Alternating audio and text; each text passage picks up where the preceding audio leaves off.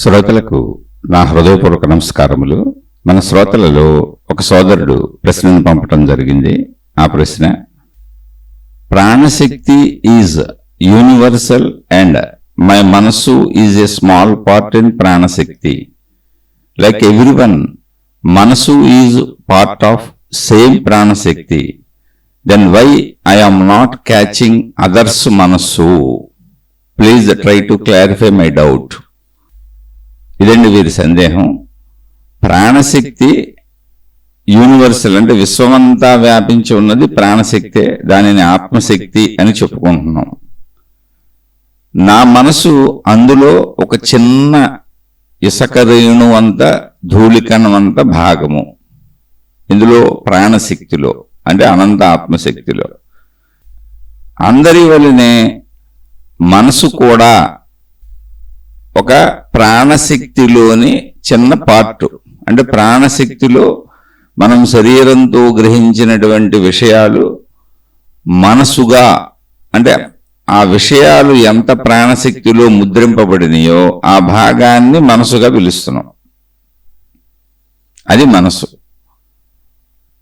ఈ మనసు అనేది అనంత ప్రాణశక్తిలో, అంటే ప్రాణశక్తి 100% అనుకుంటే ఆ 100ని అందులోంచి ఒకటి తీసుకొని ఆ ఒకటిని 1000 భాగాలు చేస్తే, అందులోంచి మళ్ళీ ఒకటి తీసుకుంటే అంటే ఒకటిలో 1000వ వంతులో మనసు అనేది ప్రింట్ అవుతుంది. మిగిలిన ప్రాణశక్తి అంతా ఖాళీగానే ఉంది. అలాగే బయట ఉన్న మన సృష్టి కూడా అలాగే ఉంది.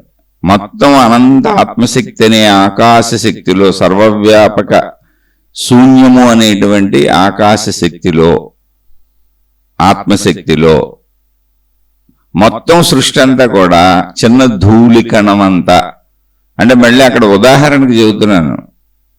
100 అనుకుంటే మొత్తం ఆత్మశక్తి ఆకాశము, అందులో ఒకటి తీసుకుంటే ఆ ఒకటిని 1000వ వంతో 1,00,000వ వంతో చేస్తే, అంటే అర్థం అవటం కోసమే తప్ప ఇది యాక్యురేట్గా చెప్పడం కాదు, అర్థం అవటానికి. ఆ 1,00,000వ వంతో భాగంలో సృష్టి జరిగింది. మిగిలిన ఆకాశం అంతా ఖాళీగానే ఉంది. మనలో ఉన్న మనసు కూడా అలాగే ఉంటుంది. ప్రపోర్షనేట్ అంతే, సేమ్, ఈక్వల్గా ఇంచుమించుగా అలాగే ఉంటుంది. మిగిలిన ప్రాణశక్తి అంతా ఖాళీనే. ఎందుకని ఆత్మశక్తి ప్రాణశక్తి ఒకటే కాబట్టి. బయట జరిగిన సృష్టి అలాగే ఉంది. ఇంకా మన మనసు ఇంకా ఆ సృష్టి కంటే ఇంకా చిన్నదై ఉంటుంది. ఇంకా సృష్టితో పోల్చుకుంటే మన మనసు అసలు ఒక చిన్న ధూళి కణం కింద కూడా చేయదు. అలా అర్థం చేసుకోవాలి విషయాన్ని. ఇక్కడ విషయ అవగాహన కోసం చెప్పాను. అంటే ప్రాణశక్తి, ఆత్మశక్తి ఆకాశతత్వముగా మొత్తము ఖాళీనే ఉంది. ఆ ఖాళీలో విశ్వము, ప్రకృతి, సృష్టి అని మనం పిలుచుకుంటున్న ఇది కొంచెం ఏర్పడింది. అయితే మన స్థాయికి అది మనకి అద్భుతంగా ఉంది, చాలా పెద్దగా అనిపిస్తుంది మన శరీర స్థాయికి. కానీ శక్తి స్థాయిలో చూసుకున్నప్పుడు అది చిన్న నలకలా ఉంది సృష్టి మొత్తం. అందులో ఆ నలకలో మళ్ళీ అసలు మనం ఉన్నామా లేవా అంటే ఇంకా దాన్ని లెక్కేసి చూసుకోవాలి. మళ్ళీ అందులో మనం ఉన్నామని చెప్పేది ఏంటి? మన మనసు. అంటే మన మనసు ప్రాణశక్తిలో ఒక చిన్న భాగం అయినప్పుడు అదే ప్రాణశక్తి అనంత ఆత్మశక్తి కదా. అందరిలో ఉండేది అదే అనంత ఆత్మశక్తి కదా, అదే ప్రాణశక్తి కదా. అలాంటప్పుడు నా మనసును నేను అందులోనే తయారు చేసుకున్నాను కదా. అలాగే మిగిలినటువంటి మానవులందరూ, జీవులు వదిలేయండి, మానవుల వరకు తీసుకుందాం. మిగిలినటువంటి మానవులందరూ కూడా అదే ప్రాణశక్తిలో, అదే ఆత్మశక్తిలో వాళ్ళ మనసును తయారు చేసుకున్నారు కదా.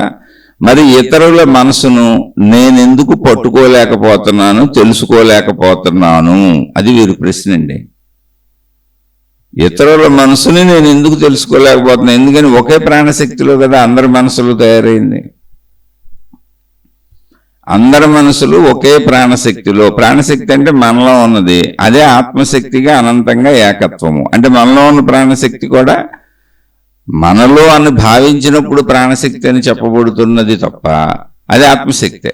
అంటే శక్తి పరంగా ఉన్నదంతా ఒక్కటే, అందరం ఒకటే, అసలు ఒకటే ఉంది ఇక్కడ. అందరూ అనేది లేదు, బహువచనం లేదు. శక్తి యొక్క లక్షణముల చేత సృష్టి దానిలోనే వ్యక్తీకరించబడి దానిలోనే కలిసిపోతుంది. అదే జనన మరణాలని మనం చెప్పుకుంటున్నాం. అది శక్తి భావన అవగాహన అయినప్పుడు, శక్తి తత్వం అర్థమైనప్పుడు, అనంత ఆకాశ తత్వం అర్థమైనప్పుడు ఆ శక్తినే ఆకాశము అన్నారు. రకరకాల పేర్లతో పిలవచ్చు. కొంతమంది కొన్ని మతాల్లో ఆకాశం అనేదాన్ని అనరు, లేదంటారు. పంచభూతాలు అనరు, 4 ఉన్నాయి అంటారు. అలా ఎవరి సిద్ధాంతాలు వాళ్ళు పెట్టుకున్నారు. ఇక్కడ సిద్ధాంతాలు కాదు, జస్ట్ విషయాన్ని అర్థం చేసుకుంటున్నాం. ఎందుకంటే ఆకాశం అనేది ఉంది, ఆ పదం మనం వాడుతున్నాం కాబట్టి. భౌతిక ప్రపంచంలో ఆకాశము, వాయువు, సూర్యుడు, తేజస్సు, అగ్ని, లేకపోతే నీరు, భూమి, ఇవన్నీ మనకు ఉన్నాయి, కనపడుతున్నాయి. ఈ 5 ఎక్కడ చూసినా ఏం చూసినా అన్నింటిలో అవే ఉన్నాయి. అన్నింటిలోనూ కణకణములు, అణువులు, కణజాలముతో అన్నీ ఏర్పడినాయి. అంటే అన్నింటిని విడగొట్టుకుంటూ వెళ్తే సైన్స్లో కణాలు దొరికినాయి. ఆఖరికి చిన్న చిన్న కణములు అంటే ఇసుక రేణువులు లాంటి విడివిడిగా ఉన్నటువంటివి, అవన్నీ కలిసి మనకి ఏకంగా కనపడుతుంది. కానీ ప్రతి కణములోనూ, ప్రతి కణజాలంలోనూ, లేదా ప్రతి అణువులోనూ, ఎన్ని పేర్లైనా పెట్టవచ్చు దానికి. ప్రతి అణువులోనూ ఖాళీ ఉంది, వాయువు ఉంది, తేజస్సు ఉంది, ద్రవత్వం ఉంది, భూస్థితి ఉంది. కాబట్టి 5 ఉన్నాయి, ఖాళీ కూడా ఉంది అక్కడ. మళ్ళీ ఈ కణాలన్నీ ఎంతో ఏర్పడినటువంటి మొక్కలు కానీ, జంతువులు కానీ, మనుషులు కానీ, గ్రహగోళ నక్షత్రములు కానీ, ఇవన్నీ కూడా ఆకాశంలో ఉన్నాయి. ఎంత ఉన్నాయి ఆకాశంలో అంటే ఇందాకే చెప్పాను, మొత్తం 100 అనుకుంటే ఆ 100లోంచి 1ని బయటికి తీసి ఆ 1ని 1,00,000 భాగాలు చేస్తే అందులో 1,00,000 వంతులో కూడా ఈ సృష్టి ఏర్పడలేదు. మిగిలిన అంత ఖాళీగానే ఉంది. అంత తక్కువలో సృష్టి ఏర్పడింది. ఆ 1,00,000 వంతు కూడా ఏర్పడలేదు అన్న దాంట్లో మళ్ళీ ఎవరికాళ్ళు మనం మనసులు తయారు చేసుకుంటున్నాం అదే శక్తిలో. అంటే మన మనసు సృష్టితో పోల్చుకుంటే ఎన్నో వంతు చూడండి. అసలు ఎన్ని కోటాను కోట్ల తక్కువ సైజుకి తెచ్చుకోవాలి. అంత ధూళికణం అంతా మళ్ళీ మన మనసు. ఇంకా అంతకంటే పోల్చడానికి చెప్పడానికి మానవుడికి తెలియదు. ఆ ఇసుక రేణువులు, ధూళికణాలు మనకు చెన్నై.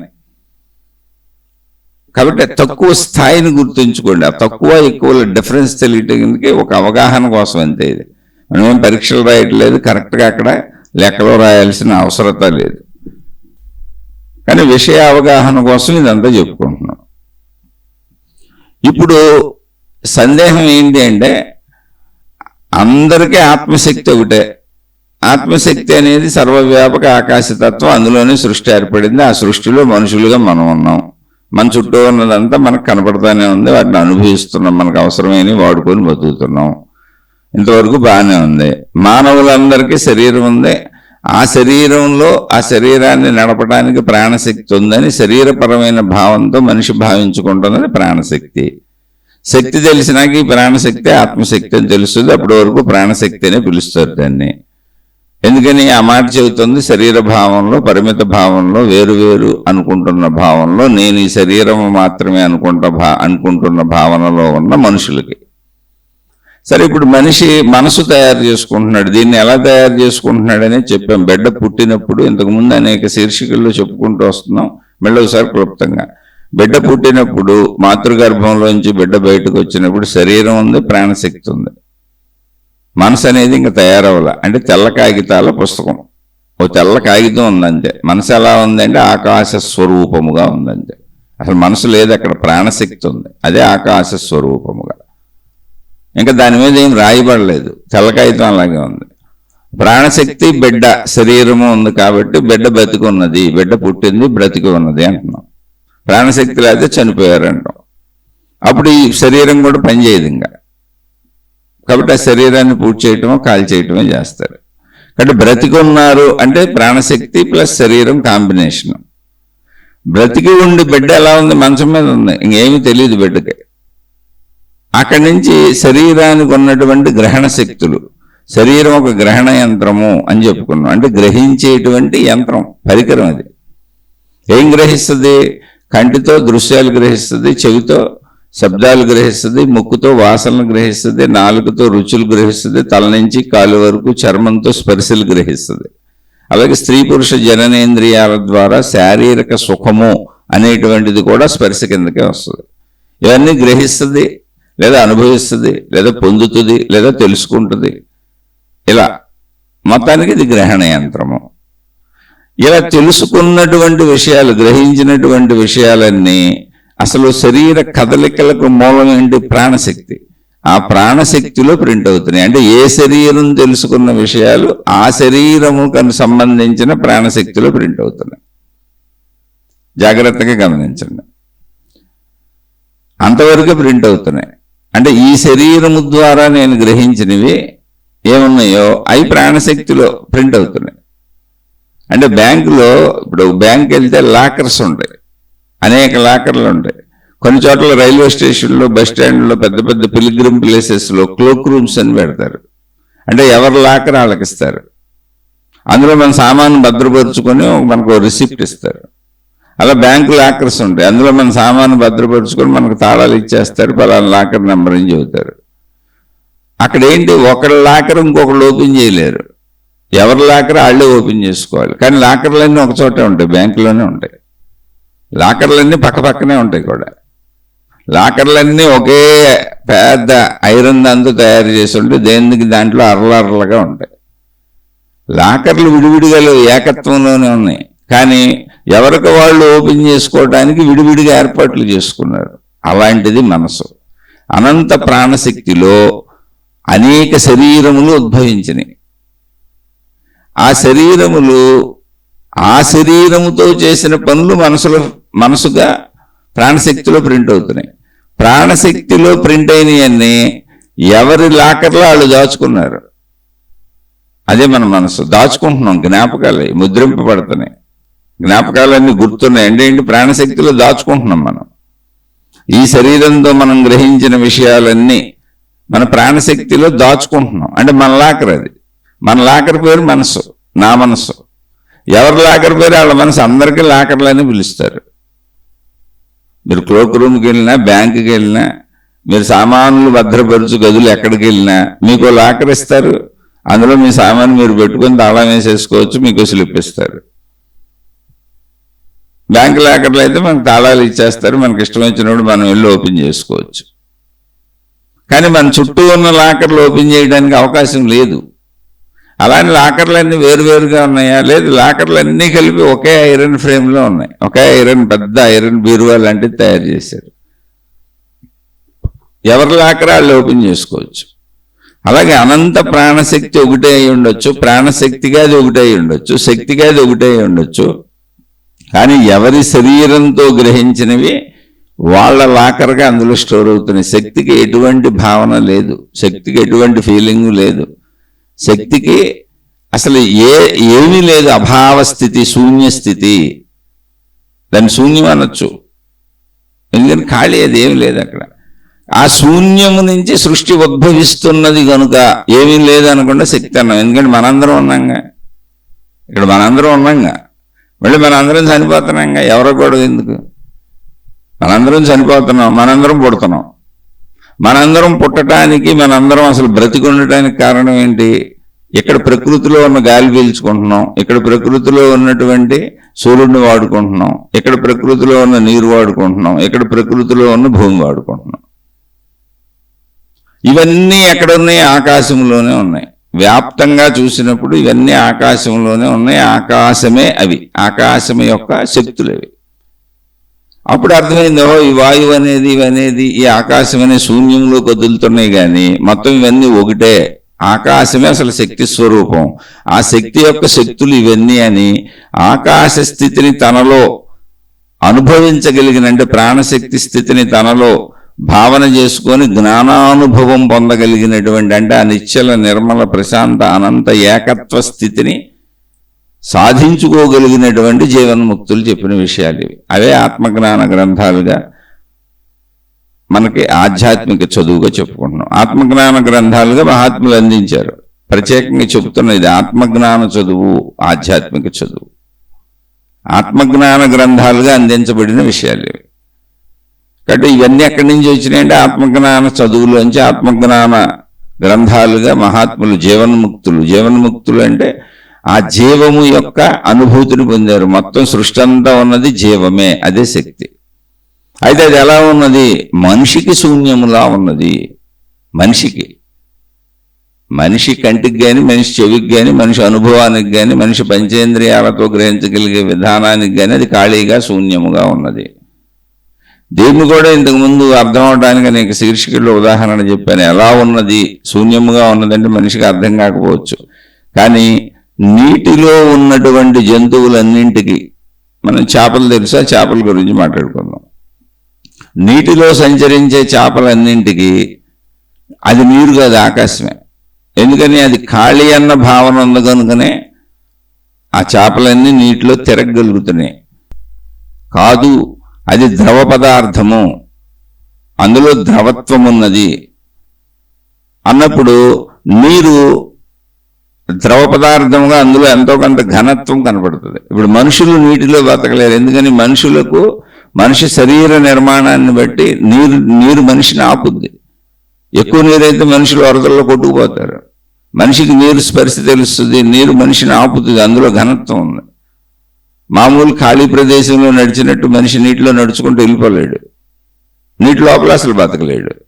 కానీ చేపలు బయట ఖాళీలో మనిషి ఎలా తిరుగుతున్నాడో అంత స్వేచ్ఛగా తిరుగుతున్నాయి. నీటి అడుగు నుండి అన్ని జీవులు, మనకు చేపలు తెలుసు కాబట్టి అటు గురించి చెప్పుకున్నాం. అంటే ఇప్పుడు చేప శరీర నిర్మాణానికి, చేప యొక్క తీరుతెన్నులకి, చేప కూడా గాలి పీల్చుకుంటుంది, వదులుతుంది, కానీ నీటిలో ఉన్నది దానికి సరిపోతుంది. నీటిలో ఉన్న గాలి పీల్చుకునేలా దాని నిర్మాణం ఉంది. నీటిలో ఉన్నటువంటి వాటిని తిని బతికేలా దాని శరీర నిర్మాణం ఉంది. దాని లోకం అంతా నీటి అడుగు లోకం. అందుకని నీటిలోంచి బయటకు తీస్తే చేప చచ్చిపోద్ది. అలాగే మన లోకం అంతా కూడా ఏదో ఉండొచ్చు శక్తి. అంటే ఇప్పుడు చేపకి నీరు ఎలాగో శక్తి కూడా ఇంకోళ్ళు ఎవరికో కనపడతా ఉండొచ్చు. అంటే చేపలు నీటిలో ఉండేయని మనకు తెలిసినట్టు మనకు మించిన లేదా ఇతర జీవులు వేటికైనా శక్తి కూడా కనపడవచ్చు, కానీ మనిషికి కనపడదు. చేప నీటిలో ఉన్నట్టు మనం శక్తిలో ఉన్నాం. అదే అనంత ఆత్మశక్తి అని మహాత్ములు, జీవన్ముక్తులు తెలియజేశారు. ఈ చేప నీరు ఉదాహరణగా చెప్పుకున్నాం. మనకు కావలసినటువంటి ఈ వాతావరణం అని మనం ఏది పిలుస్తున్నాం అదంతా శక్తి. మనకు కావలసినవన్నీ ఆ శక్తిలో ఉంది ఈ భూమి మీద. అదే ఆత్మశక్తి, అదే ప్రాణశక్తి. కాబట్టి అది మనకి ఎలా ఉందంటే చేపకి నీరు శూన్యములా కనపడినట్లుగా శక్తి మనకి శూన్యముగా కనపడుతుంది.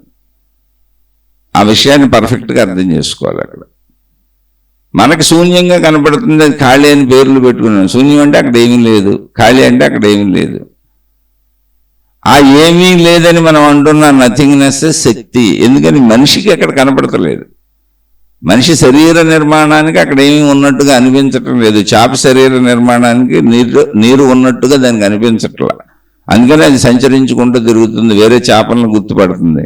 లేదా నీటి అడుగును ఉన్నటువంటి నీరు కానటువంటి ఇతర పదార్థములను, వస్తువులను, విషయములను, జీవులను అన్నింటినీ గుర్తుపడుతుంది. అక్కడే బతుకుతుంది, దానికి కావలసినవన్నీ అక్కడే దొరుకుతున్నాయి. అలా చేప శరీర నిర్మాణం ఎలాగో మన శరీర నిర్మాణం ఎలాగో ప్రాణశక్తిని మనం గుర్తించేలా అది లేదు. గుర్తించేలా లేదంటే లేదా అంటే ఉంది. అందుకే అదే ఆకాశతత్వం అని చెప్పారు మహాత్ములు. దాన్ని అనుభూతి చెందినప్పుడే అది అర్థమవుతుంది అని చెప్పారు. అనుభూతి ఎలా కలుగుతుందంటే శరీర స్థితి, మనోస్థితి, ప్రాణశక్తి స్థితి, ఇది ప్రతి మనిషిగా ఉంది. ఆధ్యాత్మికం వ్యక్తిగతము, పర్సనల్, గ్రూపుగా అసలు ఆలోచించాల్సిన అవసరమే లేదు.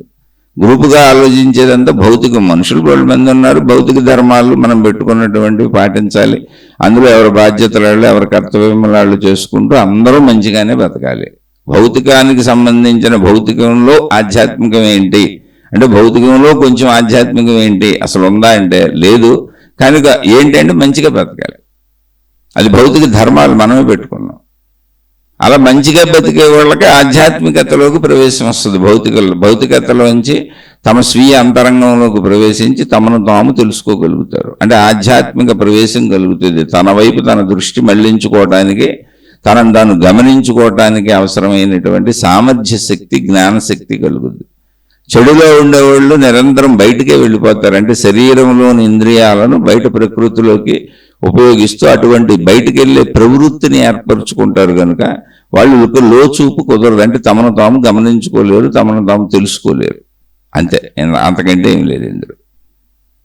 కాబట్టి అందరూ మంచిగా బతికితేనే ఆధ్యాత్మికానికి అర్హత వస్తుంది. చెడ్డగా బతుకుతూ నేను ఆధ్యాత్మికాన్ని వింటున్నాను, తెలుసుకుంటున్నాను, చదువుకుంటున్నాను, తపస్సు అంతా అదే చేస్తున్నాను, కానీ కొద్దిగా ఏ చెడు గుణాలు నాలో ఉన్నాయంటే ఎప్పటికీ నువ్వేమీ పొందలేవు, రావణాసురుడిలా చనిపోతావు. హిరణ్యకశిపుడిలా చనిపోతావు. రాక్షసులందరూ చనిపోయినట్టు చనిపోతాం మనం. అందుకని రాక్షస జాతిని కూడా చూపించారు. ఎందుకని అది పై జ్ఞానం. ఇలా జ్ఞానం ఎవరైనా, ఇప్పుడు నేను చెబుతున్నాను, నాకు అనుభవం లేదు, ప్రాణశక్తి అనుభవం లేదు, ఆత్మానుభవం లేదు, కానీ నేను చెబుతూనే ఉన్నా శీర్షికలు ఎన్నైనా చెప్పగలను. ఇలా ఇవన్నీ ఎందుకు చెప్పగలను, ఎందుకు చెబుతున్నానంటే ఆల్రెడీ గ్రంథాలు ఉన్నాయి. ఎంతోమంది మహాత్ములు లక్షల కోట్ల గ్రంథాలు అందించి వెళ్ళారు అనేక రకాలుగా. అవన్నీ చదువుకున్నాడు ఎవడైనా చెప్పచ్చు, కానీ ఆచరణ లేదు. కాబట్టి ఆచరించిన వాడు జ్ఞానాన్ని తెలుసుకొని జ్ఞానిగా తనను తాను ఫోకస్ చేసుకొని ప్రజల్ని మోసం చేసినప్పుడు రాక్షసుడు అని పిలువబడతాడు. రావణాసురుడికి ఆ జ్ఞానం ఉంది, దుర్యోధనుడికి ఆ జ్ఞానం ఉంది, రాక్షసులందరికీ ఆ జ్ఞానం ఉంది, హిరణ్యకశిపుడికి ఉంది, హిరణ్యాక్షుడికి ఉంది, నరకాసురుడికి ఉంది. వీళ్ళందరూ డైరెక్ట్గా దేవుడి చేతుల్లోనే చనిపోయి దేవుడితోనే యుద్ధాలు చేసినంత ఘనులు, అంటే అంత జ్ఞానం ఉంది, కానీ ఆచరించరు. ఆచరించినప్పుడు దైవత్వంలో చచ్చిపోయారు, దేవుడి చేతిలో చచ్చిపోయారు. అంటే దేవుడు లాంటి మనుషుల చేతుల్లో చచ్చిపోయారు, లేదా మనుషులలా అవతరించిన దేవుళ్ళ చేతిలో చచ్చిపోయారు. అది చనిపోవటం. ఎందుకని జ్ఞానం తెలుసుకుని ఆచరింపనప్పుడు దుష్ట శిక్షణ ఉంటుంది సృష్టిలో. దాన్ని మనకు సింబాలిక్గా చెప్పారు. అది తెలుసుకొని ఆచరించినప్పుడు నువ్వే దేవుడైపోతావు. అంటే నువ్వు దేవుడైపోతావు అంటే నువ్వేదో మనిషిగా దేవుడవుతావు అని కాదు. అనంత ఆత్మశక్తి ఎరుక, దైవత్వం అని పిలువబడేది ఏదుందో అది నువ్వు అందులో కలిసిపోతావు. సముద్రంలో నీటి బొట్టు కలిసిపోయినట్టు ఆ స్థితిని మోక్షము అని చెప్పారు. మోక్షము. ఇక్కడ ప్రశ్న ఏంటంటే ఆ మోక్ష స్థితి కానీ, ఆ ప్రాణశక్తి స్థితి కానీ, ఆత్మశక్తి స్థితి కానీ, ప్రాణశక్తి అన్నప్పుడు ఇండివిజువల్ వ్యక్తిలో నేను శరీరం అని భావించుకుంటున్న వ్యక్తికి మాత్రమే చెప్పబడిన పదము ప్రాణశక్తి. ఒరిజినల్గా దాని పేరు ఆత్మశక్తే. కానీ నాకు ఇంకా ఆత్మశక్తి తెలియదు. సర్వవ్యాపకంగా అనంతంగా ఏకత్వంగా ఉన్న ఆత్మశక్తి అనుభవం లేదు. నేను మనిషిని అనుకుంటున్నాను గనుక, నాలోనూ శక్తి ఉంది కనుక చనిపోయినప్పుడు ప్రాణశక్తి పోయింది అన్నారు, ప్రాణం పోతుంది అంటున్నారు. అంటే ఇండివిజువల్గా, పర్సనల్గా ఏ జ్ఞానము, ఆత్మశక్తి ఎరుక, శక్తి ఎరుక ఏ జ్ఞానము లేనప్పుడు, శక్తి జ్ఞానము లేనప్పుడు దాని పేరు ప్రాణశక్తి. శక్తి జ్ఞానము కలిగినప్పుడు దాని పేరు ఆత్మశక్తి. శక్తి అనుభవం అయినప్పుడు దాని పేరు మోక్షం. ఆ స్థితి పేరు మోక్షం. ఇంకా అనంత ఏకత్వ స్థితి అర్థమైందంటే ఇది అసలు. ఇది జీవన్ముక్తులైన మహాత్ములు అందించిన ఆత్మజ్ఞాన చదువులో ఇది మనకు అందింపబడింది. ఇందులో వీరి ప్రశ్న ఏంటి అంటే, ప్రాణశక్తి ఒకటే కదా, ఆత్మశక్తి ఒకటే కదా అంటే, ఆత్మశక్తినే ప్రాణశక్తి అంటున్నాం కదా, అందులోనే ఎవరికాళ్ళు మనసు తయారు చేసుకుంటున్నారు కదా, ఒకే ప్రాణశక్తిలో మనసు ఉంది కదా. అలాంటప్పుడు నా మనసు నేను అందులో తయారు చేసుకున్నా, నా మనసు నాకు అర్థమవుతుంది. ఓకే, పక్క వాళ్ళ మనసుని నేను ఎందుకు పట్టుకోలేకపోతున్నాను, పక్క వాళ్ళ మనసు అసలు నాకు ఎందుకు తెలియట్లేదు, అది వారి పాయింట్. అంటే పక్క వాళ్ళ శరీరం అసలు మనం గమనించుకుంటే మన శరీరమే మనకు తెలియదు, పక్క వాళ్ళ శరీరం మాట దేవుడు. పక్క వాళ్ళ శరీరాలు బయటకు కనపడుతున్నాయి, మన శరీరం కూడా బయటకు కనపడేది మనకు తెలుసు. అది కూడా అద్దం ముందు నుంచి ఉంటుంది, మన మొహం మనకే కనపడదు. మన శరీర అంతర్గత అవయవాల పనితీరే మనకు తెలియదు. మీరు మనసు మాట దేవుడు ఎరుగు. మన మనసు మనకు తెలియాలంటే కొంచెం లోపలికి కూర్చొని పరిశీలించుకుంటే ఆలోచనలు వచ్చేది మనకే కనుక, ఆలోచనలోని భావం అర్థమయ్యేది మనకే కనుక, మనలో ఉన్న భావాలు, జ్ఞాపకాలు, మన గుణాలు, మన స్వభావాలు అన్నీ మనలోంచి పుట్టి వ్యక్తీకరించబడి బయటకు వెళ్ళి క్రియ చేస్తాం కనుక మనం లోపల గ్రహించుకోగలం కనుక, బయట నుంచి విషయాలు గ్రహించుకోగలం, మన లోపలే మనం గ్రహించగలుగుతున్నాం కనుక ఆలోచనలు, భావాలు, జ్ఞాపకాల్లోని దృశ్యాలు, అర్థాలు, శబ్దాలు, విషయాలు మెమరైజ్ చేసుకోగలిగినటువంటి జ్ఞాపక శక్తి మనకు ఉంది కనుక, ఆ జ్ఞాపక శక్తిలోతోనే నా గుణం ఇది, నా స్వభావం ఇది, నా ప్రవర్తన ఇది, నా లోపల ఆలోచన ఇది, నేను ఇలా ఉంటాను, నేను మంచివాడిని, నేను చెడ్డోడిని, ఈ విషయంలో మంచిదాన్ని, ఈ విషయంలో చెడ్డదాన్ని, ఇలా మనం తెలుసుకోవచ్చు. మనసుని తెలుసుకోవటం అంటే ఇతరుల మనసుని తెలుసుకోవడానికి అసలు సృష్టి మనకు ఆ వెసులుబాటు ఇవ్వలేదు. ఏ వెసులుబాటు ఇవ్వలేదు? ఇతరుల దాకా కాదు, మన శరీరంలో అంతర్గత భాగములు, శరీరం అవయములు పనితీరే మనకు తెలియదు. మనం తీసుకున్న ఆహార స్పర్శ మనకు ఎంతవరకు ఉందంటే, నాలుక దాటి గుట్టక వేసే వరకు, అంటే గొంతు నుంచి దిగే వరకు. తర్వాత ఆహార స్పర్శ లేదు అసలు. లోపలికి వెళ్ళి జీర్ణరసాలు ఉత్పత్తి అయ్యి పెద్ద ఫ్యాక్టరీ స్టార్ట్ అయింది, అక్కడ పెద్ద మెషినరీ స్టార్ట్ అయింది లోపల. మొత్తం శరీర అవయవాలన్నీ పనిచేసేస్తున్నాయి ఆహారాన్ని జీర్ణం చేయడానికి. అనేక రకాలైనటువంటి లిక్విడ్స్ లోపల రసాయనములు ఉత్పత్తి అవుతున్నాయి, అనేక రకాలు. అవన్నీ జీర్ణం చేసి పచనం చేసి అందులోంచి శక్తిని శరీరం గ్రహించింది, అంటే పేగులు పీల్చుకుంటున్నాయి. ఆ పీల్చుకున్నటువంటి రసము ద్రవం ఏది ఉందో అదంతా శక్తి రూపంలో వెళ్ళిపోయి రక్తంగా మారిపోయి మిగిలినటువంటి పిప్పి ఏది ఉందో ఘన పదార్థం ఏది ఉందో అదంతా మలం కింద బయటకు వచ్చేస్తుంది. మూత్రమైన ప్రాసెస్ ఇంతే. కానీ ఆ ప్రాసెస్ మనకు తెలియదు. ఇప్పుడు మనం దాహం వేసింది నీళ్లు తాగాం, ఈ నీళ్లు లోపల వెళ్ళి ఏం జరిగిందో అసలు మనకు తెలియదు. మళ్ళీ సెన్సేషన్ వచ్చింది, మూత్రం పోయాలని పోసాం అంతే. ఆ మూత్రం అంతా ఏంటి, మన శరీరంలో ఉన్నటువంటి వేస్ట్ను పట్టుకొచ్చింది. ఈ నీటిలో ఉన్నటువంటి శరీరానికి అవసరమైనటువంటి శక్తులను శరీరం తీసేసుకుంది. అందుకని ఎక్కువ వాటర్ ఫిల్టర్లో ఫిల్టర్ అయిపోయిన నీరు ఎక్కువ తాగితే నీటిలో ఉండేటువంటి అనేక రకములైనటువంటి మినరల్స్ అవన్నీ పోతాయి, జాగ్రత్త అని చెప్తూ ఉంటారు. మంచినీరే తాగాలి కానీ మరీ ఫిల్టరైజేషన్ అయిపోవడం వల్ల మీకు ఉపయోగం ఉండదు శరీరానికి అని చెబుతారు.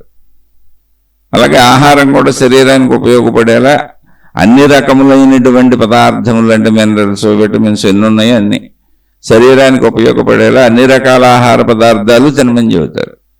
అందులోని శక్తిని గ్రహించుకుంటుంది శరీరం. ఆ ప్రాసెస్ మనకు తెలియదుగా. ఎందుకు తెలియదు అంటే తెలియట అనే ప్రక్రియ అసలు శరీరములోని గ్రహణ యంత్రంతో జరుగుతుంది. అంటే ప్రాణశక్తి శరీరముల కాంబినేషన్లో తెలియట అనేది జరుగుతుంది. అక్కడే తెలియటం. ప్రాణశక్తి లేనటువంటి ఒట్టి శరీరము కంటితో చూసి తెలుసుకోలేదు, చెవితో విని తెలుసుకోలేదు, ముక్కుతో వాసన చూసి తెలుసుకోలేదు, చర్మంతో స్పర్శ ద్వారా తెలుసుకోలేదు, స్త్రీ పురుష శారీరక సుఖమును పొందలేదు, పంచేంద్రియాల ద్వారా ఏమీ చేయలేదు. ఎందుకని? శక్తి లేదు అక్కడ. ప్రాణశక్తి లేకపోతే ఏమీ చేయలేదు. పని ఉంటుందా శరీరం? లేదు, పాడైపోద్ది. శక్తే నిలిపి ఉంచుతుంది శరీరాన్ని. మొత్తం ప్రక్రియలన్నీ లోపల శక్తి ఉంటేనే జరుగుతున్నాయి.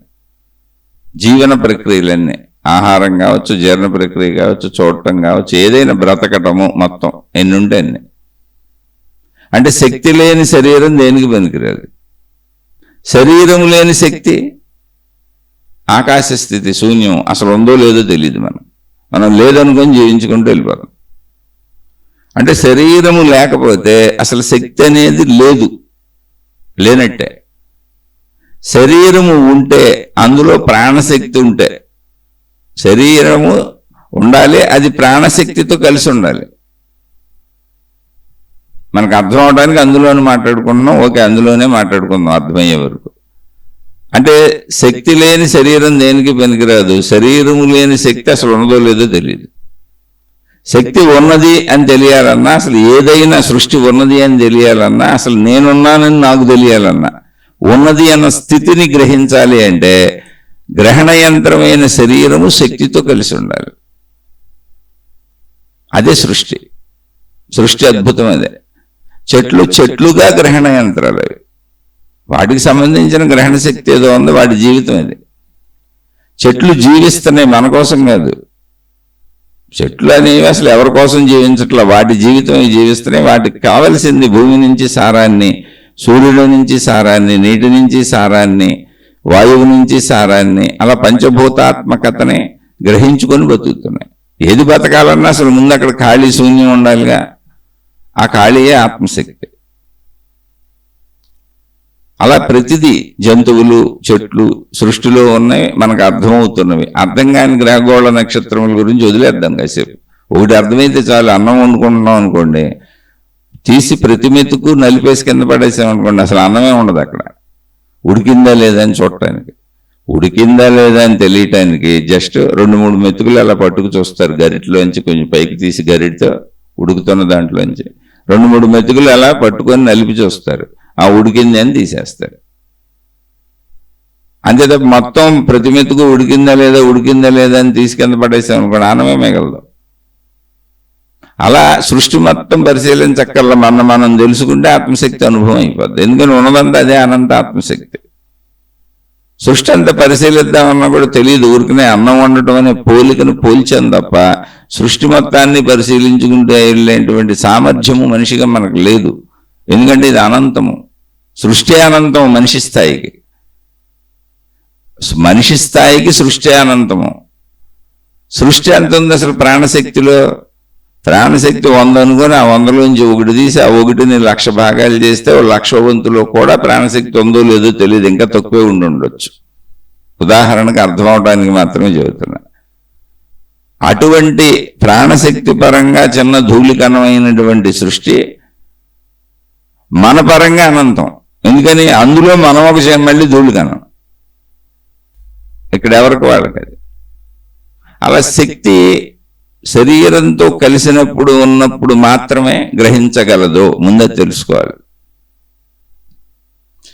ఏ శరీరంతో ఉంది ఆ శరీరంతో గ్రహిస్తూ ఉంటుంది. చెట్ల శరీరంతో ఉంది, చెట్ల శరీరంతో గ్రహిస్తుంది. జంతువుల శరీరంతో ఉంది, జంతువుల శరీరంతో గ్రహిస్తుంది. ఏ శరీరంతో ఉందో ఆ శరీరంతో గ్రహించగలదు. ఎందుకంటే అవి జీవిస్తున్నాయి కాబట్టి, వాటికి తెలుస్తున్నాయి కాబట్టి. జంతువులు కూడా చూడండి, అవి రక్షించుకుంటాయి. ఆహారము, నిద్ర, భయము, మైథున సుఖం అన్నీ ఒకటే. అలాగే చెట్లు ఎదుగుతూ ఉంటాయి, పూలు పోస్తూ ఉంటాయి, కాయలు కాస్తూ ఉంటాయి. అది వాటి జీవితం. చెట్లకు కూడా వాటికి సంబంధించిన జ్ఞానశక్తి ఉంది. ఎలా ఎదగాలో తెలుసు వాటికి. ఇరుకుగా ఉందనుకోండి, ఒక పక్కకు వాళ్ళు ఎదుగుతాయి. ఒక పక్క ఎదగడానికి ఛాన్స్ లేదనుకోండి, ఏ గోడ ఉందనుకోండి, ఒక పక్కకు వాళ్తాయి చెట్లన్నీ.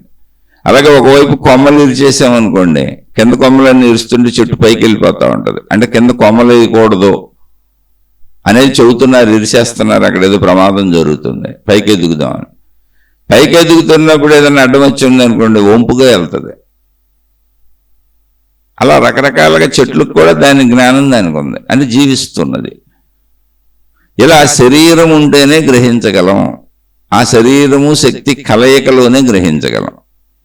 అలా శరీర శక్తి కలయికలో గ్రహించగలుగుతున్నటువంటి స్థితి ఏది ఉందో, ఆ అంటే ఈ శరీరమునకు శక్తికి ఉన్న కలయిక ఏది ఉందో ఆ కలయికను ప్రాణశక్తి అన్నాం.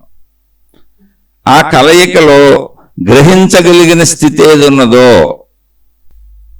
ఆ స్థితిని మనసు అన్నాం. గ్రహించగలిగినవన్నీ అక్కడ గ్రహింపబడుతున్నాయి. అందులో వచ్చి ఆ గ్రహించబడిన చోట నిక్షిప్తమైపోతున్నాయి. దాన్ని మనసు అన్నాం.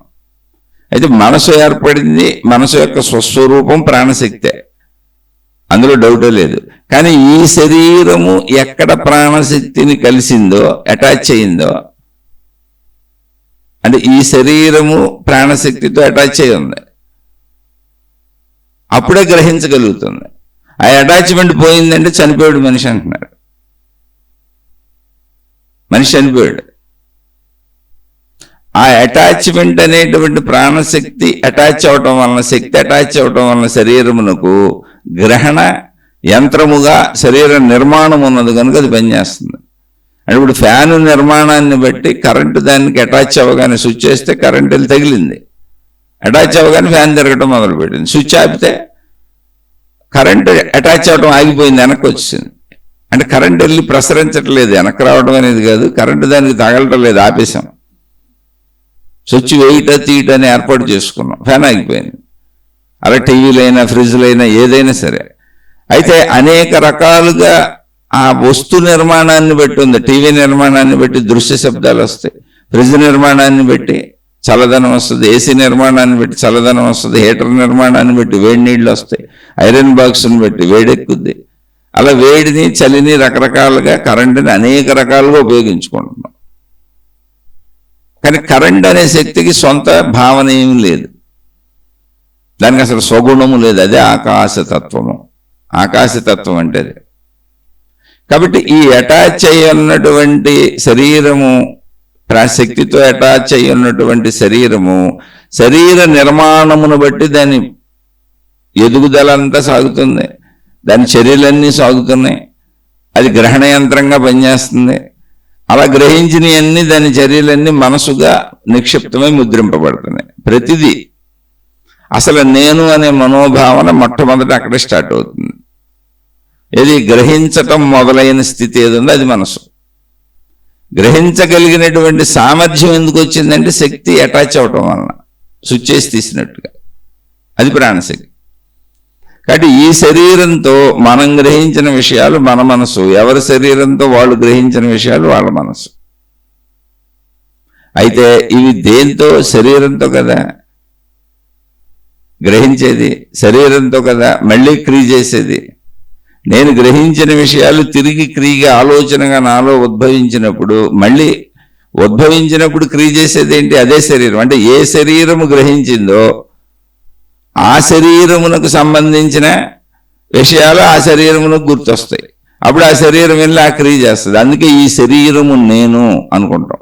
అంటే ఈ లాకర్ వరకు నేను అని. నేను ఈ లాకర్ తీసుకుని, ఈ లాకర్ నాది. లాకర్లన్నీ ఒక దాంట్లోనే ఉన్నాయి. మొత్తం లాకర్లన్నీ ఒకే ఐరన్ ఫ్రేమ్లో ఉన్నాయి, ఒకే ఐరన్ బీరువాలాగా తయారు చేశారు. అలా ఎన్ని కోటాను కోట్ల లాకర్లు పెట్టుకుంటూ వెళ్ళినా ఎవరి లాకర్ వాళ్ళదే, లాకర్ రూల్ అది. అలాగే ఈ శరీరముతో నేను గ్రహించినటువంటి విషయాలు నావిగా నా ప్రాణశక్తిలో ప్రింట్ అయినాయి. ఆ ప్రింట్ అయిన భాగం ఉంది, ఆ ప్లేస్ ఉంది, ఆ లాకర్ ఉంది అక్కడ. అది నాది, నా స్మృతులు, నా జ్ఞాపకాలు. ఒకవేళ అన్ని ప్రాణశక్తిలోనే ప్రింట్ అయిపోతున్నాయి అని అనుకుందాం, దానికి ఒక సిస్టమ్ లేదనుకుందాం, అంటే ఒక క్రమశిక్షణ పద్ధతి లేదనుకుందాం. అన్ని ప్రాణశక్తి ఏకమే కదా, ఎడబెడ ప్రింట్ అయిపోతున్నాయి అనుకుంటే అప్పుడు ఏమవుతుంది? నేను గ్రహించినవి ప్రింట్ అవుతాయి, ఇతరులు గ్రహించినవి ప్రింట్ అవుతాయి, అందరు గ్రహించేవన్నీ వచ్చి ప్రాణశక్తులు ఎడబెడ ప్రింట్ అయిపోతుంటే తిరిగి మనకి గుర్తు రావాల్సిన విధము నేననే భావం మారిపోద్ది. అంత గజిబిజి గందరగోళం అయిపోద్ది. అసలు నా నేనేదో నాకు తెలియదు. ఇప్పుడు నేననగానే ఇంకొక శరీరం, ఇంకొక కుటుంబం, ఇంకొక భార్య పిల్లలు, ఇంకొకళ్ళు ఎవరో స్మృతులు వస్తున్నాయి అనుకోండి, నాకు మనసులన్నీ కలిసిపోయినాయి అనుకోండి, గందరగోళం అయిపోద్ది. కాదు, నా శరీరం ప్రాణశక్తితో ఎక్కడ అటాచ్ అయ్యిందో అక్కడ నాకు గ్రహణ శక్తి స్టార్ట్ అయింది నా శరీరానికి. ఎందుకంటే నేను శరీరం. గ్రహణ శక్తి ఎక్కడ స్టార్ట్ అయిందో అక్కడ స్టార్ట్ అయిన ప్రదేశం నుంచి నేను నా మనసు తయారు చేసుకుంటున్నాను. నా మనసు నా శరీర సంబంధిత అటాచ్మెంట్లోనే ఉంది, అటాచ్ అయి ఉన్నాయి శరీరాలన్నీ. ఎక్కడ అటాచ్ అవుతున్నాయో ఆ అటాచ్మెంట్లోనే మనసు ఏర్పడుతుంది.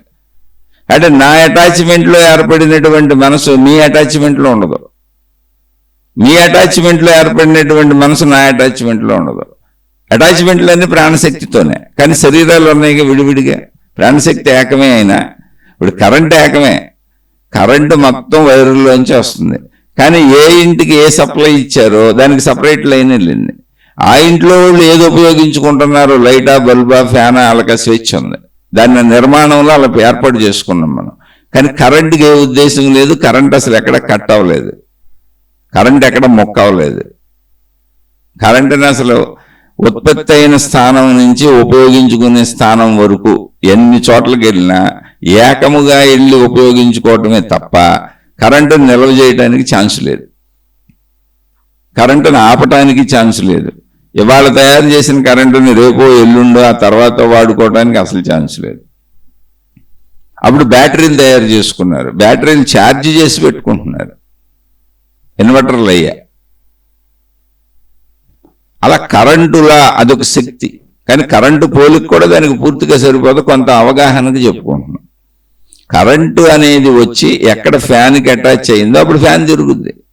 కరెంట్ అనేది వచ్చి ఎక్కడ మన ఇంట్లో ఒక వస్తువుకి మనం ఉపయోగించుకునే వస్తువులకి అటాచ్ అయిందో అక్కడ ఆ వస్తువులు పనిచేయటం మొదలు పెడతాయి. అది ఆ వస్తువు వరకు కరెంట్ ఇల్లంతా ఉంది, ఇల్లంతా ఉంది కదా, మనం దేనికి అటాచ్ చేయాలనుకుంటున్నామో ఆ వస్తువు మాత్రమే పనిచేస్తుంది. ఆ వస్తువు యొక్క గుణం ఏంటో అలా మాత్రమే పనిచేస్తుంది. ఫ్యాన్కి ఒక గుణం, స్వభావం ఉంది, అది తిరుగుద్ది, గాలి వస్తుంది మనకి. లైట్కి ఒక గుణం, స్వభావం ఉంది, కాంతి వస్తుంది, బల్బుకి వెలుగు వస్తుంది. అలా ఏసీకి ఒకటి, ఫ్రిడ్జ్కి ఒకటి, అలా కరెంటుతో పనిచేసే కోటాను కోట్ల వస్తువులు ఉన్నాయి. వాటన్నింటి స్వభావాలు వస్తు స్వభావం బట్టి పనిచేస్తుంది తప్ప కరెంటుకు స్వభావం లేదు. అలా పనిచేయాలంటే కరెంటుతో అటాచ్ అవ్వాలి. కరెంటుతో అటాచ్ అవ్వలేదు అనుకోండి అసలు ఏ వస్తువు పనిచేయదు, దేనికి పనికిరాదు. ఇప్పుడు కరెంట్ అనేది సృష్టిలో ఆగిపోయింది అనుకోండి, ఆ శక్తి పోయింది అనుకోండి, ఇంక వస్తువులన్నీ దేనికి పనికిరావు, చచ్చిపోయినట్టే, పారేయటమే. అలాగే కరెంట్ ఉన్నా కూడా వస్తువు శిథిలం అయిపోద్ది. కరెంట్ ఉంది, ఫ్యాన్ పాడైపోవచ్చు, ఫ్రిడ్జ్ పాడైపోవచ్చు, అప్పుడు పనిచేయదు. అలా శక్తి ఉన్నా, ప్రాణశక్తి ఉన్నా ఇక్కడ శరీరాలు శిథిలమైపోతుంటాయి. శరీరానికి శిథిలత్వం ఉంది, నశింపు ఉంది, అదే మరణం అంటున్నాం మనం. శరీరాలకి పెరుగుదల ఉంది, తరుగుదల ఉంది, శిథిలత్వం ఉంది. అయితే ఈ ప్రాసెస్ అంతా మరణం వరకు శక్తి అటాచ్మెంట్లో జరుగుతుంది. కాబట్టి నేను ఎక్కడ అటాచ్ అయ్యానో అంటే ప్రాణశక్తితో ఈ శరీరం ఎక్కడ అటాచ్ అయ్యిందో, అనంత ఆత్మశక్తితో ఈ శరీరం ఎక్కడ అటాచ్ అయ్యిందో అక్కడ ఆ అటాచ్ అయినటువంటి భాగము గ్రహణ శక్తిగా అంటే గ్రహించేటువంటి గ్రహణ యంత్రముగా నా శరీరానికి సామర్థ్యం వచ్చింది. ఫ్యాన్ పనిచేసినట్టు, ఏసీ పనిచేసినట్టు, ఫ్రిడ్జ్ పనిచేసినట్టు గ్రహణ యంత్ర సామర్థ్యం ఎప్పుడైతే వచ్చిందో మొట్టమొదటగా గ్రహించటం మొదలైపోయింది, మనసు ఏర్పడిపోయింది. అదే నేను ఈ శరీరం అన్న భావన. నేను ఈ శరీరం అన్న భావన వచ్చేసింది. ఎందుకని స్విచ్ చేసినప్పుడు ఫ్యాన్ తిరిగితే గాలి వచ్చింది అంతే. ఫ్యాన్ వరకే కరెంటు, ఇల్లంతా కరెంట్ ఉంది కానీ అటాచ్ చేయలేదు, మిగిలినటువంటి వస్తువులతో అటాచ్ చేయలేదు, ఓన్లీ ఫ్యాన్తో అటాచ్ చేసాం ఇప్పుడు స్విచ్ చేసి. అలాగే ప్రాణశక్తిలో ఎక్కడ శరీరాలు అటాచ్ అవుతున్నాయో, ఎవరి శరీరం శక్తితో అటాచ్ అయిందో, ఎక్కడ అటాచ్ అయిందో అక్కడ అది నా ప్రాణశక్తి అనుకుంటున్నాడు. ఆ అటాచ్ అయినటువంటి స్థితిలో అటాచ్ అవగానే గ్రహణ యంత్రం పనిచేయడం మొదలుపెట్టింది. శరీరం గ్రహణ యంత్రం కదా, కాబట్టి ఈ గ్రహణ యంత్రము పనిచేయడం మొదలు పెట్టగానే మనసు స్టార్ట్ అయిపోయింది. అదే నేను ఈ శరీరం అన్న మొదటి భావన. తర్వాత అన్ని నేను, నాది, నా వాళ్ళు. కాబట్టి అటాచ్మెంట్ ఎవరికాళ్ళకి విడివిడిగా ఉంది. అటాచ్మెంట్ ఎక్కడ ఉందో మనసు అక్కడ ఉంది.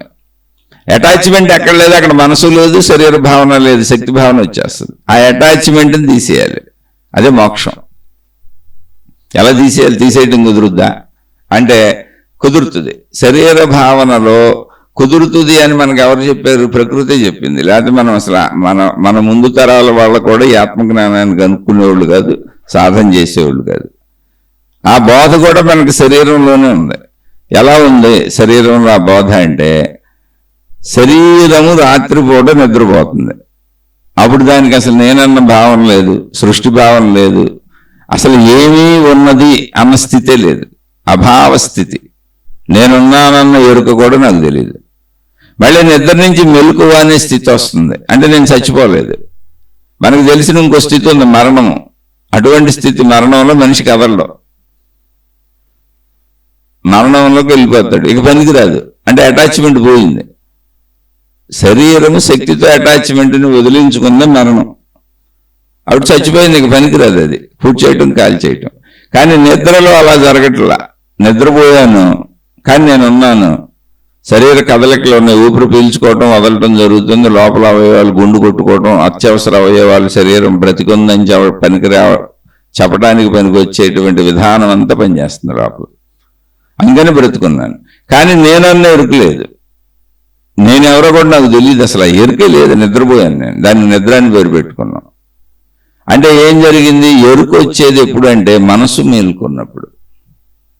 మనసు ప్రాణశక్తి స్వరూపం కనుక ప్రాణశక్తిలో అది విలీనమైపోతుంది. అంటే తనలోంచి జ్ఞాపకాలు, ఆలోచనలు, భావాలు పైకి తీసుకురాకుండా విలీనమైపోయినప్పుడు, అంటే తాను కూడా ప్రాణశక్తిగా అలా నిశ్చలమైపోయి ఉండిపోయింది. అప్పుడు నిద్రపోతున్నాం. అప్పుడు శరీర భావన పోతుంది, మనోభావన పోతుంది. కానీ శక్తి శరీరం అటాచ్ అయ్యే ఉన్నాయిగా, అందుకని నేను బతికే ఉన్నాను. ఎలా బతుకున్నాను? శక్తిగా. శరీర భావన లేదు, నిద్రాస్థితి అంటే అది. అక్కడ మనసు ఎగిసి పెడితే తప్ప నేననేటువంటి అటాచ్మెంట్ ఉంది, కానీ గ్రహణ శక్తి, గ్రహణ యంత్రం పనిచేయట్లేదు. గ్రహణ శక్తి ఒరిజినల్ శక్తిలో లీనమైపోయింది, అటాచ్మెంట్ అవ్వలేదు. అటాచ్మెంట్ అలాగే ఉంది, శక్తితో శరీరానికి అటాచ్మెంట్ అలాగే ఉంది. అందుకని అవసరమైనటువంటి శరీరం బ్రతికుండే చర్యలు జరుగుతున్నాయి ఆటోమేటిక్గా. ఇదంతా సృష్టి నిర్మాణంలో అలా ఉంది. దాన్ని మనం విశ్లేషించుకుంటున్నాం తప్ప దీన్ని మార్పులు చేర్పులు మనం ఏం చేయలేము. ఏదో నా బుర్రకు తోచింది నేను చెబుతున్నాను తప్ప ఇందులో మనం ఏదో నిర్ధారించి దీన్ని అటు ఇటు మార్చగలిగింది, చేయగలిగింది అసలు ఏం లేదు. అవగాహన చేసుకొని ఆత్మానందంతో బ్రతకడానికి ఉపయోగపడుతుంది. భౌతికంగా మంచిగా బ్రతుకుదాం అనుకున్న వాళ్ళకి ఉపయోగపడుతుంది. ఆత్మానందం అంటే మోక్షం. మళ్ళీ అక్కడ ఏదో ఆనందం లేదు, ఊరికి ఉత్తుత్తు పేర్లు ఇవన్నీ. ఆకాశతత్వం, ఆకాశతత్వంలో ఏముంటుంది? గాఢ నిద్ర స్థితిలో ఏముందో అదే ఉంటుంది. దాన్నే ఆత్మానందం అన్నారు, దాన్నే మోక్షం అన్నారు. అదొక శూన్య స్థితి, అభావ స్థితి, ఏకత్వ స్థితి. ఎందుకంటే ద్వంద్వ స్థితిలో మనం సుఖ దుఃఖాలకు లోనవుతున్నాం కనుక, సుఖము లేదు దుఃఖము లేదు కనుక ఆ ఏకత్వ స్థితిలో దాన్ని ఆనంద స్థితి అన్నారు. అంటే దుఃఖం లేకపోవడమే ఆనందం అని చెప్పారు. కాబట్టి నిద్రపోయినప్పుడు ఏం జరిగింది? నిద్రలో శరీరము శక్తి కలయిక అలాగే ఉంది, అటాచ్మెంట్ అలాగే ఉంది. కానీ అటాచ్ అవ్వగానే అది గ్రహణ యంత్రం అని చెప్పాక గ్రహణ యంత్రం పనిచేయడం మానేసింది. గ్రహణ యంత్రం అలసిపోయి నిద్రపోతుంది. గ్రహణ యంత్రం అలసిపోయి నిద్రపోతుంది, సహకరించట్లేదు కనుక ఇప్పుడు మనో కదలికలకి సహకరించాల్సింది ఏంటి? గ్రహణ యంత్రంగా ఇది మారడానికి కారణం ఏంటి? గ్రహించే శక్తి అక్కడ ఉంది, అది అటాచ్మెంట్లో వచ్చింది. ఈ గ్రహించిన విషయాలన్నీ మనసుగా ఉండి తిరిగి ఆ మనసు మళ్ళీ ప్రోత్సహిస్తుంది మనని, బయటికి వెళ్ళి చూసొద్దామని. ఇప్పుడు గ్రహణ యంత్రం ఎప్పుడైతే విశ్రాంతిలోకి వెళ్ళిపోయిందో మనసు ప్రయత్నించింది కాసేపు గ్రహణ యంత్రాన్ని కదిపి బయటికి వెళ్ళి విషయాలన్నీ గ్రహిద్దామని. కానీ గ్రహణ యంత్రం అనే శరీరం నిద్రపోతుంది, అది అలిసిపోయి నిద్రపోతుంది. దానికి అలుపు సొలుపు దానికి అన్నీ ఉన్నాయి, దానికి కావలసినంత విశ్రాంతి కావాలి, అది పదార్థతత్వం. అది అలిసిపోయి నిద్రకి వెళ్ళినప్పుడు శరీరములో అంటే శరీరము నిద్రలోకి వెళ్ళినప్పుడు, అలిసిపోయి నిద్రలోకి వెళ్ళినప్పుడు మనసు కాసేపు ఎగిసిపడింది, శరీరాన్ని కదుపుదామని ట్రై చేసింది. ఎందుకంటే మనసులో మళ్ళీ మనసు వెళ్ళి ఏదైనా తెలుసుకోవాలి, గ్రహించాలి అంటే, అనుభవించాలి అంటే, అనుభవించాలని మనం పెట్టుకున్నాం, అదంతా గ్రహించటమే, అనుభవించటమే గ్రహించటం. మనం సబ్జెక్ట్ తెలుసుకోం కాబట్టి అనుభవిద్దామని పరుగులు తెస్తున్నాం. అనుభవించేది ఏం లేదు, ఇక్కడ అంతా గ్రహించేదే ఉంది. అది కూడా గ్రహణ యంత్రం ఉన్నంత కాలమే. దానికి మనం అనుభవాలను వేరు పెట్టుకున్నాం, ఎందుకంటే ఇష్టం ఏర్పరచుకున్నాం. శబ్దస్పర్శ రూపరస గంధములు తెలుస్తున్నాయి కాబట్టి ఇష్టములు తయారు చేసుకున్నాం. అందుకే జ్ఞానికి అయిష్టములు ఉండవు, సుఖ దుఃఖములు ఉండవు. ఎందుకని జ్ఞాని గ్రహిస్తున్నాను అని తెలుసుకుంటాడు. ఇది గ్రహించే ప్రక్రియ, అనుభవించే ప్రక్రియ కాదు అని. ఆ గ్రహించే ప్రక్రియల్లో సారమంతా తెలుసుకుంటాడు. ఇలా ఇన్ని రకాలుగా గ్రహిస్తున్నాను. గ్రహిస్తున్నప్పుడు బంధించుకోవటం ఎందుకు నన్ను అనుకొని బంధించుకోడు జ్ఞానం ఏ విషయాలకి. మనం జ్ఞానం పదే చెప్పుకుంటే ఏం తెలుస్తుంది అంటే బంధనాలు ఊడిపోతాయి, అది సత్యం. బంధనాలు ఉండవు, అన్ని అక్కడే ఉంటాయి. తామరాకుపై నీటి బొట్టులా ఉంటాం. బంధం ఉండదు, వ్యామోహం ఉండదు, మోహం ఉండదు, మూర్ఖత్వం ఉండదు, మూఢత్వం ఉండదు, అజ్ఞానం ఉండదు. బంధము లేని హాయి జీవితం జీవిస్తూ ఉంటాం, మళ్ళీ అందరితో అన్నిటితో అక్కడే అలాగే సేమ్ ఇలాగే ఇప్పుడు జీవించినట్టు. కానీ బంధం ఉండదు అక్కడ. అది జ్ఞానం. జ్ఞానికి సుఖదుఖములు సమానం అంటే ఏంటి? అనుభవిస్తున్నాను అనుకోడు, గ్రహిస్తున్నాను. ఈ గ్రహణ యంత్రం పనే గ్రహించటం. ఏం గ్రహిస్తున్నాను? ఇక్కడ ఉన్నాయే గ్రహిస్తున్నాను. ఇక్కడ ఉన్న వాటిలోనే కొన్నిటిని ఇష్టమైన అయిష్టమైన ఏర్పరచుకోవడం తెలివి తక్కువతనం కదా. అవన్నీ ఇక్కడ ఉన్నవే. అయిష్టాలు అన్నవి కూడా మనకు పనికొచ్చేవే. మనకు పనికిరాని వాటి జోలికి అసలు వెళ్ళంగా మనం. అసలు మనం పనికిరాని వాటి జోలికే మనం వెళ్ళంగా. అది అయిష్టం కింద కూడా ఏర్పడదు. ఇష్టము అయిష్టం అనేది అన్ని మన పనికొచ్చే వాటిలోనే ఛాయిస్లు పెట్టుకుంటాం.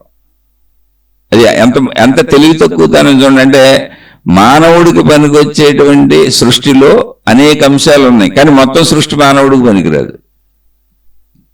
మనకు పనికొచ్చేటువంటి అనేక అంశాలలో సృష్టి ఇన్ని అంశాలు, ఇన్ని వస్తువులు, ఇన్ని విషయాలు, ఇన్ని పదార్థాలు నీకు పనికొస్తాయి. ఇంతమంది మనుషులు, ఇన్ని జంతువులు, ఇలా అన్నీ నీకు పనికొస్తాయి. ఇన్ని రకాల వృక్షాలు నీకు పనికొస్తాయి. నువ్వు ఇలా ఉపయోగించుకోవచ్చు ప్రకృతిని అని మనకు పనికొచ్చే వెసులుబాటుకు ఒక ఉపయోగించుకోవడానికి, తెలుసుకోవడానికి ఒక శరీరాన్ని ఇచ్చి, అనుభవించడానికి అంటే బతకడానికి ఆధారంగా ఒక శరీరాన్ని ఇచ్చి, దానికి ఇంద్రియాలు ఇచ్చి, గ్రహణ శక్తులు ఇచ్చి, గ్రహణ యంత్రాన్ని తయారు చేసి, దానికి ఉపయోగపడే వాటిని బయట లక్షల కోట్లు పెడితే అందులో కొన్ని ఇష్టములు నాకు అని ఆ కొన్నిటినే స్వీకరిస్తాను, ఆ ఇష్టములు నాకు ఈ కొన్ని నాకు వద్దు అనేవాళ్ళు తెలివి తక్కువ వాళ్ళ తెలియగలవాళ్ళు చెప్పండి. కొన్నిటిని కోల్పోతున్నావు కదా నువ్వు. నీకు ఉపయోగపడే వాటిలోనే కొన్ని వద్దంటున్నావు నువ్వు. వద్దు కాదు, అవును కాదు, జీవించు. ఇక్కడ బంధం లేదు, బాధ్యతలు. ఇష్టముల వలన బంధం ఏర్పడింది. అందుకని జ్ఞాని నేను జీవిస్తున్నాను, జీవించినంతకాలం గ్రహించటమే జరుగుద్ది, ఇది అనుభవించడం కాదు. ఆ గ్రహించటాన్ని మనం అనుభవించటం అనుకుంటున్నాం. తేడా ఏం లేదు అక్కడ, భావ మార్పు అంతే. కాబట్టి జ్ఞానికి సత్యం తెలుస్తుంది. అందులో యావత్ సృష్టి మానవ శరీరానికి పనికొచ్చేది కాదు. మానవ శరీరానికి పనికొచ్చే కొన్నే ఉన్నాయి.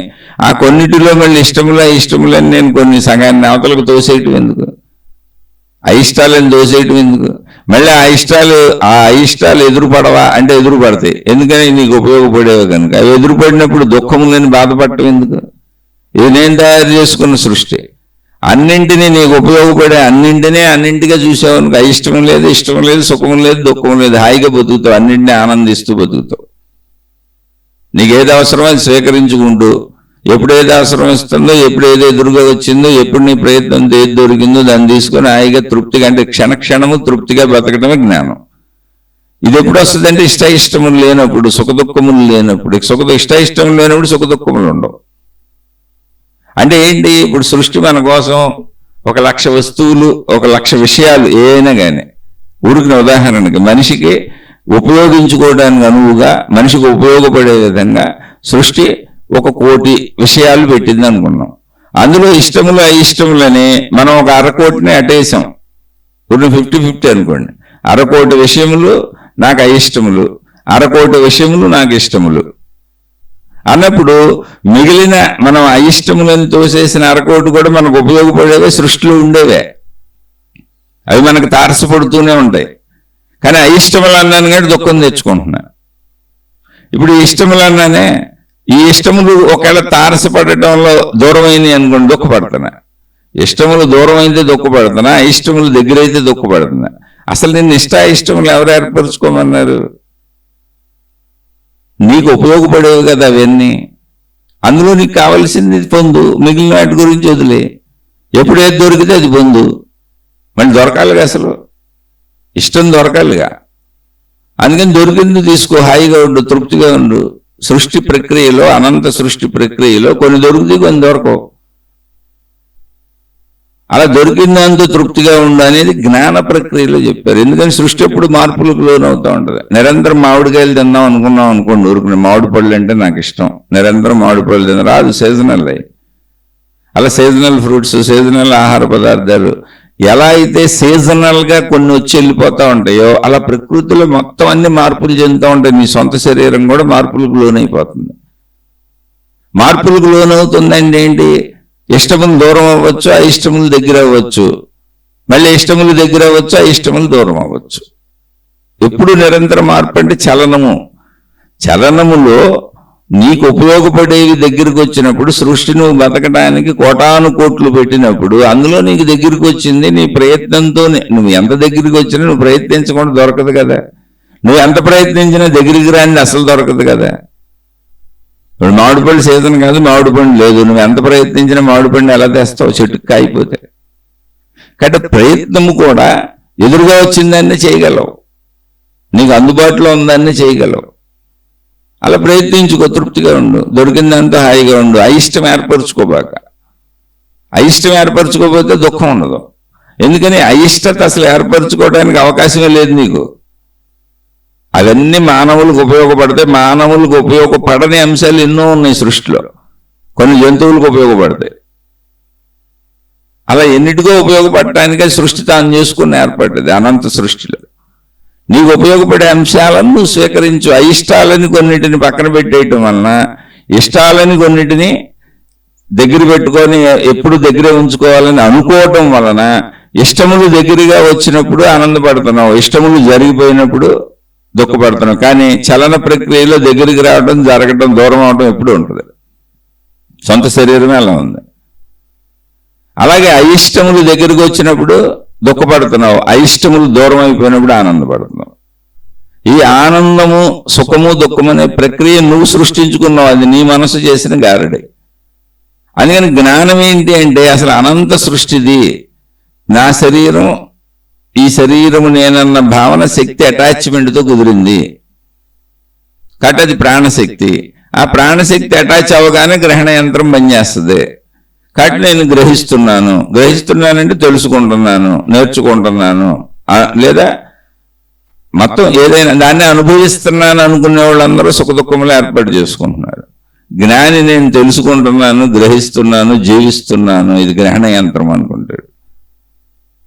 తెలుసుకుంటున్నాను, నేర్చుకుంటున్నాను అన్నదానికి అసలు ఇంకా దానికి ఇష్టం లేండి. ఇక్కడ జరుగుతున్న ప్రక్రియ తెలుసుకోవటం అంతే, నేర్చుకోవటం అంతే.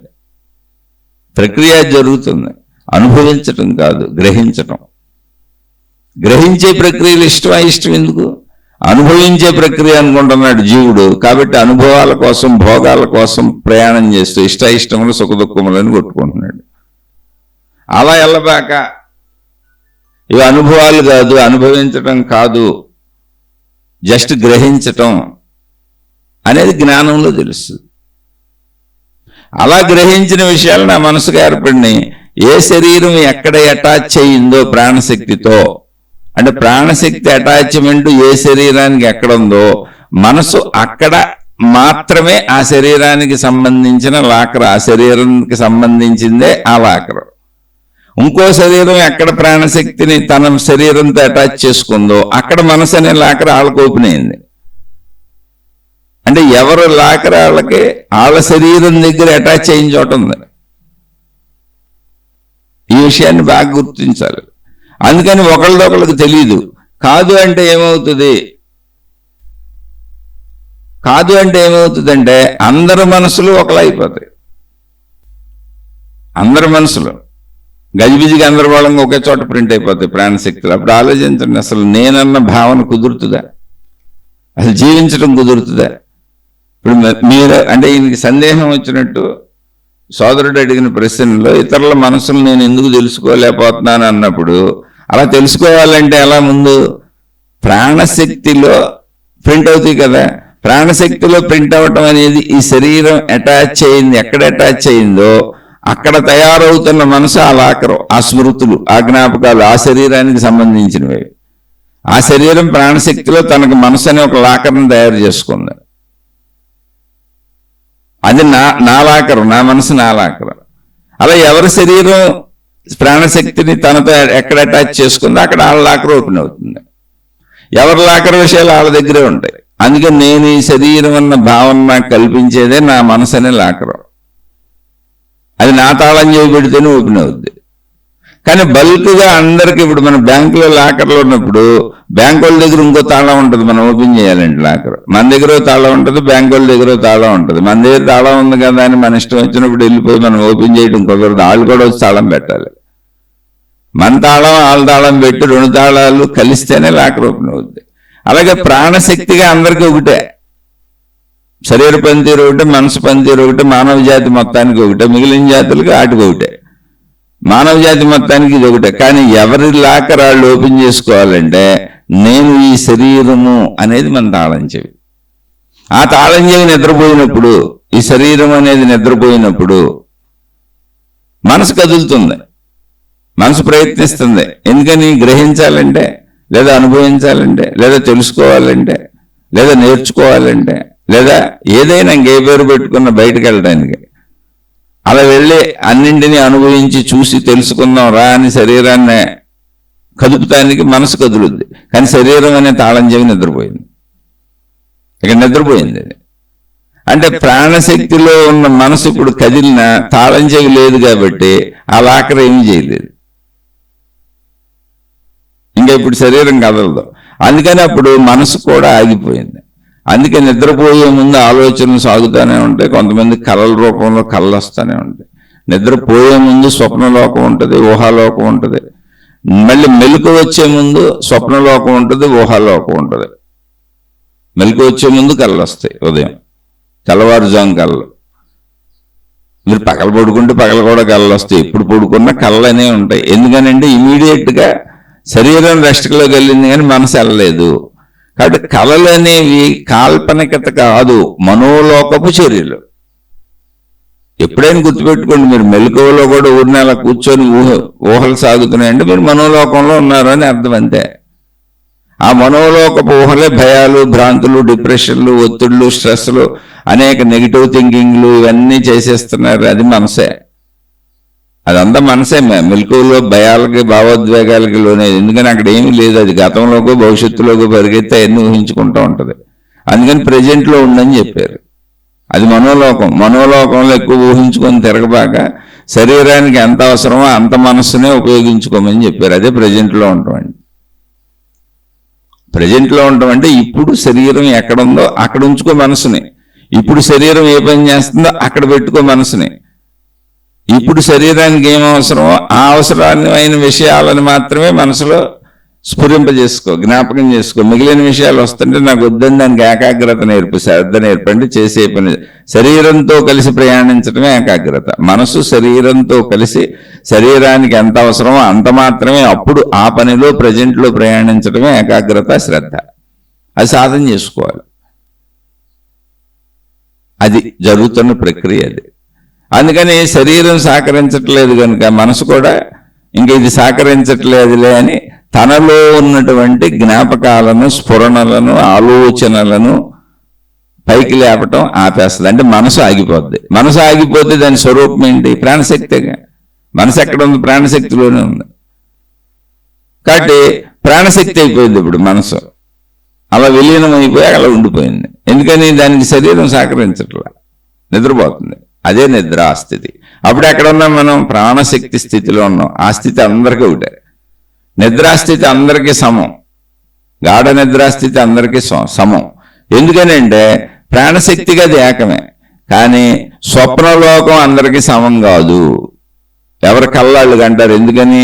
నేను తయారు చేసుకున్న, అంటే ఈ శరీరంతో, నేను శరీర భావనలో నా శరీరంతో నేను తయారు చేసుకున్న నా మనసు అనే నా లాకర్ బాక్స్ అది. దాంట్లో నా శరీర సంబంధిత విషయాలే ఉంటాయి.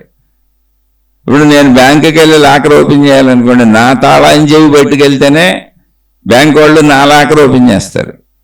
నాకు ఇంకో తాళం చెవి దొరికింది. మా ఇంట్లో మా నాన్నగారికి ఓ లాకర్ ఉంది, మా అమ్మగారికి ఓ లాకర్ ఉంది, మా అక్క చెల్లెళ్ళకి ఓ లాకర్ ఉంది, మా అన్నదమ్ములకి తల ఒక లాకర్ ఉంది, నా భార్యకు ఇంకో లాకర్ ఉంది, నా పిల్లలకి లాకర్లు ఉన్నాయి. ఇప్పుడు మా ఇంట్లో నా దగ్గర ఒక 20-30 తాళాలు లాకర్లే ఉన్నాయి. సరే, ఆళ్ళ లాకర్లో కూడా లాగేద్దామని నేను ఇంకో లాకర్ తాళం పట్టుకెళ్ళి నా లాకరేనండి ఓపెన్ చేయండి అన్న. ఓపెన్ చేయరు. ఎందుకని? ఎవరి లాకర్కి ఆళ్లే రావాలి. అందుకే వేరు తాళాలు ఇచ్చారు. నా శరీరం అనేటువంటిది ఏదుందో, నేననే ఈ శరీరం ఏదుందో, నా లాకర్, నా ప్రాణశక్తిలో నా మనసు అనే లాకర్ ఓపెన్ చేసుకోవడానికి ఉపయోగపడే తాళం చెవి నా శరీరం. కాబట్టి ఈ శరీరం ఉంటేనే ఆ మనసు అనే లాకర్ ఓపెన్ అవుద్ది. అందుకని ఈ శరీరం నిద్రపోయినప్పుడు మనసు అనే లాకర్ క్లోజ్ అయిపోతుంది. ఈ శరీరానికి మళ్ళీ మెలకు వచ్చే స్థితి, మనసు మేలుకొని మళ్ళీ శరీరాన్ని ట్రై చేస్తుంది. కదులుతావా అని, లేస్తావా అని. కొంతమంది చూడండి, మనం లేపి లెగుస్తావా అంటే కాసేపు లెగిస్తే మళ్ళీ పడుకుంటాను, ఇప్పుడు లేవని వాళ్ళ ఆఫీస్లో వెళ్ళి ఇంకో 2-3 గంటలు పడుకొని లెగుస్తాను, వాళ్ళు సెలవు అంటారు. ఏదో ఒకటి మళ్ళీ నిద్రలోకి వెళ్ళిపోతారు. అంటే ఏంటి? లేవబోయి వెళ్ళిపోయింది. అలా మనసు ఎప్పుడు శరీరాన్ని ట్రై చేసుకుంటూ ఉంటుంది. రాత్రి అంతా ట్రై చేసింది, శరీరం ఏమో నిద్రపోయింది, లేవలేదు. అదంతా స్వప్నలోకంగా అయిపోయింది. మళ్ళీ ఉదయం మనసు ట్రై చేయటం మొదలుపెట్టింది. అది మెలకువ. మనసు మళ్ళీ ట్రై చేస్తుంది శరీరాన్ని లేపి తిరుగుదాం, బయట తిరుగుదాం, వెళ్ళి గ్రహిద్దామని. మనం గ్రహణ యంత్రం కదా అని. అదే మెలకువ. అప్పుడు మొట్టమొదట మనకు వచ్చే థాట్, మనసు యొక్క మొట్టమొదటి ఆలోచన నేను ఈ శరీరము. ఎందుకని కనపడుతుంది అదేగా. మనసుకు స్వరూప స్వభావాలు లేవు, ఆకాశ స్థితి అది, ప్రాణశక్తి స్థితి అది. కాబట్టి ఇక్కడ ఎవరి లాకర్ వాళ్ళదే. ఆ లాకర్ ఓపెన్ తాళం చేయి మీ శరీరం. మీ శరీరం ఉన్నంతకాలం మీ లాకర్ ఓపెన్ అవుద్ది, క్లోజ్ అవుద్ది. మీరు నిద్రకి వెళ్ళినప్పుడు క్లోజ్ అయిపోద్ది. ఎందుకని? తాళం చెవి లేదు అక్కడ. తాళం చెవి నిద్రపోతున్నప్పుడు మనసు కూడా నిద్రపోద్ది, మొత్తం ప్రాణశక్తి మిగిలిపోద్ది, లాకర్ క్లోజ్డ్. మెలకువ అంటే ఏంటంటే మళ్ళీ ప్రాణశక్తిలో ఉన్న మనసు ట్రై చేసుకుంటుంది శరీరం లెగుస్తుందా అని. శరీరం లేచింది అనుకోండి, లాకర్ తాళం ఓపెన్ చేయి. తాళం లేచింది, ఇప్పుడు లాకర్ ఓపెన్ చేయొచ్చు, మనసును తీసుకొని బయటకు వెళ్ళొచ్చు. అలా మనసుకు సహకరించే లాకర్ ఉపమానాలతో చెప్పాను. తాళం చెవి శరీరమే. అందుకని ఎవరి తాళం చెవి అక్కడ ఉంటే అది ఏకమైన ఆత్మశక్తి అయినా, ఏకమైన ప్రాణశక్తి అయినా, ఎవరి శరీరం అనే తాళం చెవికి వాళ్ళ స్మృతుల బాక్స్ ఓపెన్ అవుద్ది మనసు. అందుకే ఎవరి సృష్టి ఆడదు, ఎవరి మనసు ఆడదు, ఎవరి గోల ఆడదు. మన భార్య తాళం చెవితో మనది ఓపెన్ అవ్వదు, మన దాంతో భార్యది ఓపెన్ అవ్వదు. మనం బయట లాకర్ సిస్టమే, ఒక మనిషి తయారు చేసుకున్న లాకర్ సిస్టమే ఇంత చక్కగా పెట్టుకుంటే మన తాళాలు తయారవుతాయి ప్రపంచంలో. ఏ తాళానికి రెండో తాళం ఓపెన్ అవ్వదు. కొన్ని 100,000 తాళాల కంపెనీలు ఉన్నాయి, కోటాను కోట్ల తాళాలు తయారు చేస్తున్నారు. అవసరమైతే ఏదో తాళాన్ని బద్దలు కొట్టేసి దొంగతనాలకి ట్రిక్కులు ఉపయోగించడం తప్ప డైరెక్ట్గా అయితే ఏ ఒక తాళానికి రెండో తాళం ఓపెన్ అవ్వదు. మనుషులే అలా తాళాలు లాకర్లు అలా తయారు చేసుకోగలుగుతుంటే అనంత విశ్వశక్తిలో సృష్టి ఏర్పాట్లు అలా ఉండదా? మనసంతా ఏకంగా ఉంటుందంటే ఏకంగానే ఉంది, అందులో డౌట్ లేదు. ప్రాణశక్తి అంతా ఏకంగానే ఉంది, కానీ మనసు ఎవరిదాళ్ళు వేరు వేరు. ప్రాణశక్తి ఏకమే, ఆత్మశక్తి ఏకమే. కానీ ఎవరి మనసు వాళ్ళు తయారు చేసుకుంది వాళ్ళ శరీరంతో. కాబట్టి నీ ఐడెంటిఫికేషన్ కోడ్ ఏంటి? ఇప్పుడు నీ కోడ్ ఏంటి? ప్రాణశక్తిలోకి వెళ్తే నీ కోడ్ ఏంటి అంటే నీ శరీరం. నీ శరీరాన్ని స్కాన్ చేసుకొని ప్రాణశక్తి నీ మనసుని నీకు ఇచ్చేస్తుంది. అనంత ఆత్మశక్తి విశ్వశక్తిలో అంటే ఇవన్నీ ఊరికినే అర్థమయ్యే మాటలుగా పదాలుగా చెబుతున్నా, మీకు అర్థం అవడానికి అంతే. నీ ఇప్పుడు నీ ఐడెంటిఫికేషన్ ఏంటి? ఇప్పుడు మనం ఏలుముద్ర వేయాలి, ఏలుముద్రలు స్కాన్ చేస్తుంది గవర్నమెంట్, లేదా సంతకాలు స్కాన్ చేసుకుంటారు, లేదా ఐడి కార్డుల మీద ఆధార్ కార్డుల మీద మన ఫోటో తీసి బొమ్మ పెట్టి మనని చూస్తారు.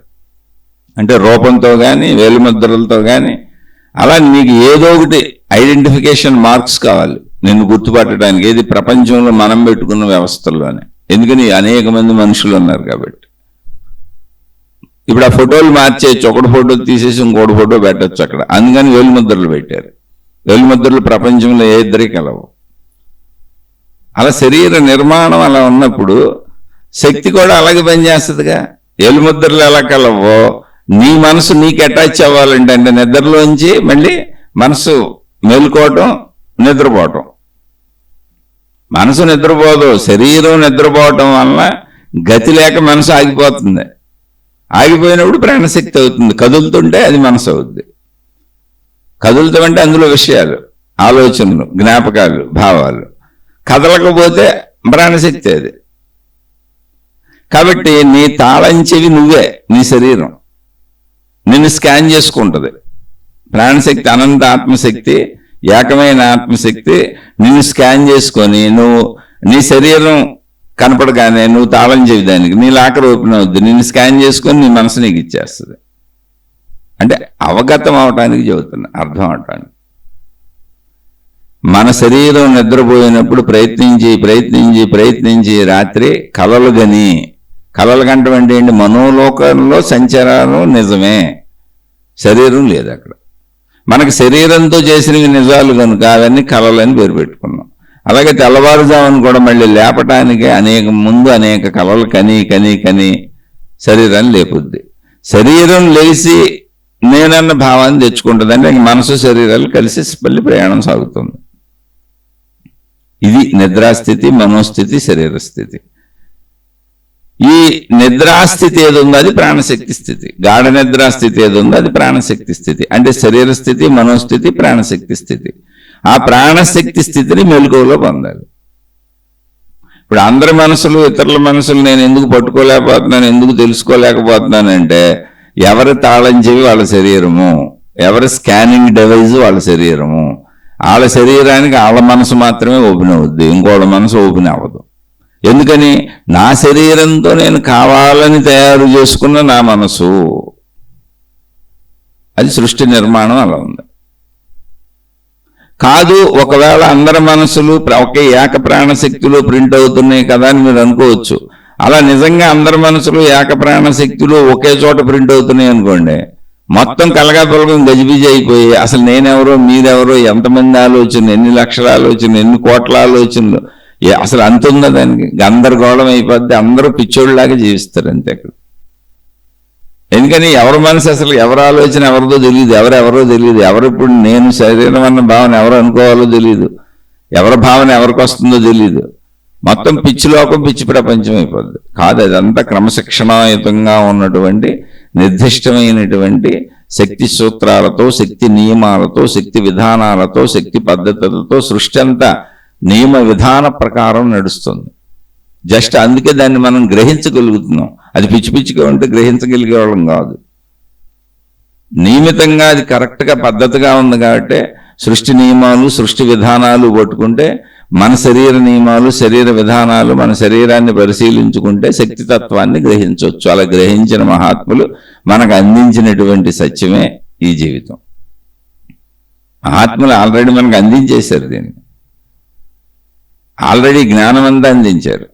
ఈ శరీరం ఏంటి, మనసు ఏంటి, ప్రాణశక్తి ఏంటి, సృష్టి ఏంటి, ఈ సృష్టి మొత్తం అసలు ఆవిర్భావం ఏంటి, ఆత్మశక్తి ఏంటి, ఈ ఆత్మశక్తిలోనే సృష్టి ఆవిర్భవించటం, ఈ జనన మరణాలు కాదవి, వ్యక్తీకరింపబడటం, లయమైపోవటం, అలా అన్నింటికీ ఆన్సర్లు చెప్పారు. అదే ఆత్మజ్ఞాన చదువు, ఆధ్యాత్మిక చదువు. దాన్ని తెలుసుకుంటూ వెళ్తున్నాం మనం అంతే. అలా సందేహాలు ఏమైనా ఉన్నవాళ్ళు తప్పకుండా అడగండి. అయితే జిజ్ఞాసతో నిజం తెలుసుకోవాలని, ఆ తెలుసుకునే నిజంతో కొంచెం ముందుకు ప్రయాణిస్తే నేను మంచిగా బ్రతకగలుగుతాను, గుణమార్పు చేసుకుంటాను నాలో అన్నవాళ్ళు మాత్రమే అడగండి. ఎందుకంటే ఇది ఒక పవిత్రమైనటువంటి ఆధ్యాత్మిక విద్యాలయము అనే భావనతో, విద్యార్థులుగా ఇందులో సాగుతున్నామనేటువంటి భావనతో, ఒక పవిత్ర భావనతో, ఒక జ్ఞాన భావనతో ఈ శీర్షికలు చెప్పుకుంటూ వెళ్తున్నాం. కాలక్షేపానికి, సరదాకి అసలు కానే కాదు. అటువంటి సరదా కాలక్షేపం మాటలు ఎప్పటికీ ఈ శీర్షికల్లో రావు. ఎప్పుడు ఆత్మజ్ఞాన చదువు మనిషికి అవసరమని వెళ్తూ ఉంటాయి. అప్పుడప్పుడు కొంతమంది పర్సనల్ బాధలు ఏవో అడుగుతూ ఉంటారు, చెబుతూ ఉంటారు. దాన్ని కూడా అది మనుషులకు సంబంధించిన విషయమే కనుక, అది మనసుకు సంబంధించిన విషయమే కనుక అది చెప్పుకుంటూ మళ్ళీ అందులోంచి ఆత్మజ్ఞానానికి ఎలా వెళ్ళాలి అనే దాన్ని చెప్పుకుంటూ శీర్షికలు సాగుతూ ఉంటాయి. ఏదైనా ఆత్మజ్ఞానము, నన్ను నేను తెలుసుకోవటము అనేటువంటిది తెలియాలి, అసలు ఆ స్థితి రావాలి అంటే సంపూర్ణంగా మంచిగా బతికే వాళ్ళకి మాత్రమే అది సాధ్యము. మీరు వినొచ్చు, మీరు చదవచ్చు, మీరు ఎన్నైనా వినొచ్చు, ఎన్నైనా చదవచ్చు, ఎన్ని రకాలుగా అయినా దాన్ని తెలుసుకునే ప్రయత్నం చేయొచ్చు, మీరు సాధనలు కూడా చేయొచ్చు, తపస్సులు కూడా చేయొచ్చు. కానీ మీలో చెడిపోనంతకాలము, సంపూర్ణ మంచితో మీరు నిండిపోనంతకాలము చిన్న చెడు కూడా ఉండకూడదు. అంటే ఒక అసత్యం కూడా నేను ఆడకూడదు. అటువంటి స్థితికి రావాలి.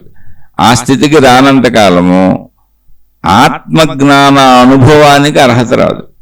మనం వినొచ్చు, దాన్నే ఉంది. వాళ్ళు చెప్పాను వాళ్లే రాక్షసులని. అనుభవం పొందకుండా, ఆచరణలో దాన్ని ఆచరించకుండా, ఆ స్థితిని ఆచరించకుండా, ధర్మాలు మంచిలో ఆచరించకుండా, దాన్ని అనుభవం పొందకుండా బాహ్య జ్ఞానాన్ని తెలుసుకున్నారు. అదే పుస్తకాలు చదివి ఇతరులు చెబుతుంటే తెలుసుకోవచ్చు. తెలుసుకొని దాన్ని ఉపయోగించుకొని మాకు జ్ఞానం ఉన్నది అన్నట్టు ఒక ఫాల్స్ పాండిత్యాన్ని ప్రదర్శించుకొని ప్రజల్ని మోసం చేసో రకరకాలుగా చిత్ర విచిత్రాలు, అదంతా రాక్షస స్వభావము. వాళ్ళే రాక్షసులు. జ్ఞానం తెలుసు కానీ చెడ్డ పనులు చేస్తారు. వాళ్ళకేమో చెప్పాను, సంహారం దైవావతారాలు వచ్చి సంహరించినాయి అంటే సంహారం ఉంది, దుష్ట శిక్షణ ఉంది అని సింబాలిక్గా చెప్పారు. అలాగే దాన్ని ఆచరించిన వాళ్ళు ఏమవుతారు అంటే మోక్షము, ఆ దైవశక్తిలో, దైవత్వంలో కలిసిపోతారు. మీరు దేవుడు అంటారో, దేవత అంటారో, దైవశక్తి అంటారో, విశ్వశక్తి అంటారో, ఆత్మశక్తి అంటారో, బ్రహ్మం అంటారో, ప్రాణశక్తి అంటారో, అందులో కలిసిపోతారు. సముద్రంలో నీటి బొట్టు కలిసిపోయినట్టు. అప్పుడు ఏమైంది? ఏకత్వ స్థితి అనుభవం అయింది. వాళ్ళని జీవన్ముక్తులు అన్నారు. ఆ ఏకత్వ స్థితి అనుభవం అయిన వాళ్ళే ఇదంతా చెప్పగలిగారు, మనకి చెప్పారు. దాన్ని పట్టుకొని మనం ముందుకు వెళ్తున్నాం. దాని స్థితిని మోక్షం అన్నారు, ఆత్మసాక్షాత్కారం అన్నారు. దానికి సంబంధించినటువంటి చదువే ఆత్మజ్ఞాన చదువు. మన గూర్చిన మనం సంపూర్ణ చదువు, మనం సంపూర్ణంగా తెలుసుకునే చదువు, మన సంపూర్ణతని మనకు ఎరుకుపరిచే చదువు. మనం శాశ్వతులము, శరీరపరంగా చనిపోయే వాళ్ళం కాదు. శరీరం శిథిలమైపోద్ది, అందులో డౌట్ లేదు. శరీర నియమాలు, సృష్టి నియమాలు మారవు, అందరికి ఒకటే. కానీ నువ్వు శక్తి స్వరూపుడు అని నువ్వు తెలుసుకోవచ్చు, నువ్వు శక్తి స్వరూపురాలు అని నువ్వు తెలుసుకోవచ్చు. ఎందుకంటే అదే నీ నిద్రాస్థితి. నువ్వు రోజు శక్తి స్థితిని అనుభవిస్తూనే ఉన్నావు, సంపూర్ణ శక్తి స్థితిని. శరీర స్థితి, మనోస్థితి, నిద్రాస్థితి. నిద్రాస్థితి శక్తి స్థితి. కాబట్టి శరీర స్థితి, మనోస్థితి, శక్తి స్థితిని తెలుసుకో. ఆ శక్తి స్థితిని అనుభవం పొందు. అనుభవం పొందకుండా నిద్రాస్థితిని అందులోకి వెళ్ళిపోయి లేచి మళ్ళీ మామూలుగా బతికేబాక అని చెబుతుంది ఆత్మజ్ఞానం చదువు అంతే. అందుకని అర్థమైన వాళ్ళు, అర్థమవుతున్న వాళ్ళు, అలా ప్రయాణిద్దాం అనుకున్న వాళ్ళు సందేహాలు వస్తే తప్పకుండా అడగండి, చెప్పుకుందాం. ఇక ఇది నచ్చని వాళ్ళు, ఈ మార్గం కాని వాళ్ళు, మీకు నచ్చిన మార్గాలలో హాయిగా సాగిపోండి. ఎవరికి నచ్చిన మార్గంలో వాళ్ళు వెళ్ళిపోవచ్చు. అందులో అసలు ఏ తప్పు లేదు, ఏ దోషము లేదు. చక్కగా సాగిపోండి. ఇది నచ్చని వాళ్ళకి ఇది ఎలాగో నచ్చదు కనుక అసలు వినబాకండి. ఒకవేళ విని మీకు ఏదైనా మీ అహంకారాలు ఒప్పుకోక మీకు బాధగా అనిపిస్తాయి అంటే మనుషుల్లో అనేక రకాలైనటువంటి చిత్ర విచిత్ర స్వభావాలు ఉంటాయి. తనకు సంబంధం లేని వాళ్ళని కూడా గెలుకుదాం అనిపిస్తూ ఉంటుంది. అటువంటి వాళ్ళందరికీ అయ్యా మీ అహంకారాలకి, అమ్మ మీ అహంకారాలకి, మీ పాదాలకు నమస్కారం, నేను అతి సామాన్యుని, నన్ను క్షమించి వదిలివేసి మీ మార్గాల్లో మీరు హాయిగా సాగిపోండి. ఎందుకు ఊరుకుని మనకు సంబంధం లేని వాళ్ళందరినీ కెలకటం? వాళ్ళేదో పాపం వాళ్ళ గొడవలు వాళ్ళు పోతున్నారు. భౌతిక జీవితంలో అయినా ఇలాగే ఉండాలి, ఆధ్యాత్మిక జీవితంలో అయినా ఇలాగే ఉండాలి. శుభమస్తు. మీకు మీ కుటుంబ సభ్యులకు మేలు చేకూరుగాక. మరలా మరొక కొత్త శీర్షికతో కలుసుకుందాం.